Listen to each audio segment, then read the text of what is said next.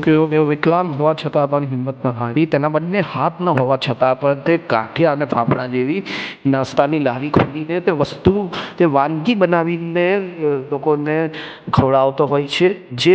જે રીતે આપણે તેનાથી એક શીખ મેળવવી જોઈએ કે વિકલાંગ અંગ ન હોવા છતાં પણ કાર્યરતમાં છે.